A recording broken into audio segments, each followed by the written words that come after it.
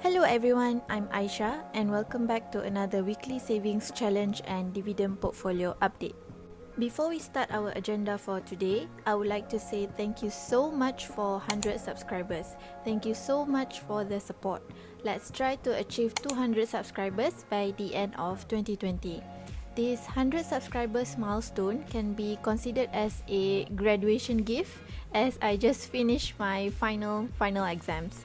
The results will be out in a couple of weeks. Hopefully, I don't have to repeat any of the subjects and be able to resume my job application process.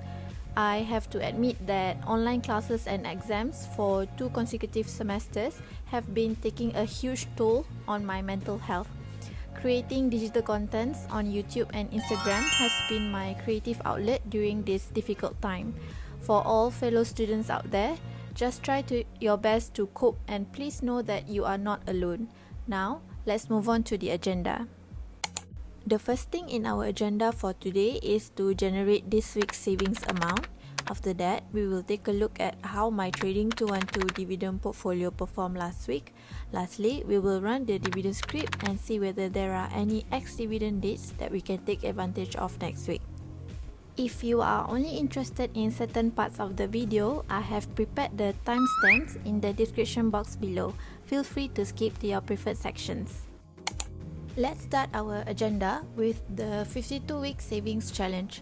Let's type in the random between 1 to 13 formula here and see what random number we will get. Okay, this week I have to set aside 13 ringgit. In total so far, I have saved 25 ringgit this month. Now, let's move on to the Trading 212 dividend portfolio update. Last week, I deposited $5 and took out $3 as I wanted to try the withdrawal process and see how long it will take for the money to be deposited back into my bank account. So, on Monday, 12th of October 2020, I placed a withdrawal request.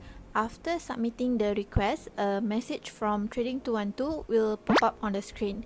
In this message, they claim that the transfer will take around 3 days to reach my bank account. After receiving this in-app pop-up message, Trading 212 also sent out an email on the same day to confirm the withdrawal request. Because I am using my MasterCard debit card as the primary payment method for my weekly deposits, only point 1 is applicable to my withdrawal scenario. So if you are using other methods to deposit your money, such as via bank transfer or Skrill app, then point 2 and 3 will be applicable to you. Now the waiting game begins. After 3 working days, I checked my bank account and the money is not in yet.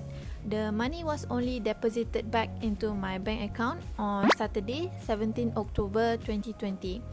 I guess the 3 working days are only from Trading 212 side and the local bank would need additional days to process the withdrawals. But funny enough, the depositing process into Trading 212 is always a breeze and almost immediate, while the withdrawal process is such a hassle. Now, let's talk about the exchange rate. Even though I deposit and withdraw on the same day, MasterCard will only lock in the exchange rate on the day the payment is released by Trading 212. On Monday, the exchange rate was $1 to 4.1860 ringgit and the exchange rate on Saturday was $1 to 4.1433 ringgit. So in layman's terms, on Monday, I used 12.56 ringgit to buy 3 USD and received 12.43 ringgit after selling the same 3 USD on Saturday. So I am making a 13-cent loss from the currency exchange. I hope this helps my viewers that reach out and are a bit worried about the withdrawal process of Trading 212.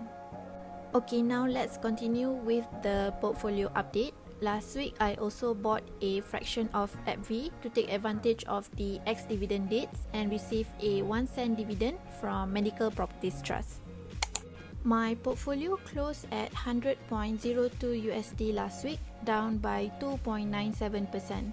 I am not too sure anymore whether the market is crashing again or it's because I am holding on to lousy shares. My biggest winner last week is still Moderna, my one and only growth stock, up by 18.39%. My biggest loser last week was BP, down by 28.68%. Please take note that anything mentioned in this video is not a financial advice and my videos are for entertainment purposes only. Please seek professional advice from certified advisors before starting to invest your hard-earned money. Every investment has its own risk, especially in this uncertain time. Now, let's move on to our last agenda. Let's see which company has an ex-dividend date next week. Let me click this and let the script run. I learned how to do this Google Sheet listing from a fellow YouTuber called Investing Sensei. I will link the video tutorials on how to come up with this dividend tracker on the top right corner if you guys are interested and want to track dividends from your favorite companies. Thank you so much, Investing Sensei, for providing a value-adding script to the community. Next week, Cisco and Simon Property Group will be paying out their dividends. These two are in my watch list, but I have not made any research yet to decide whether I should include them in my portfolio.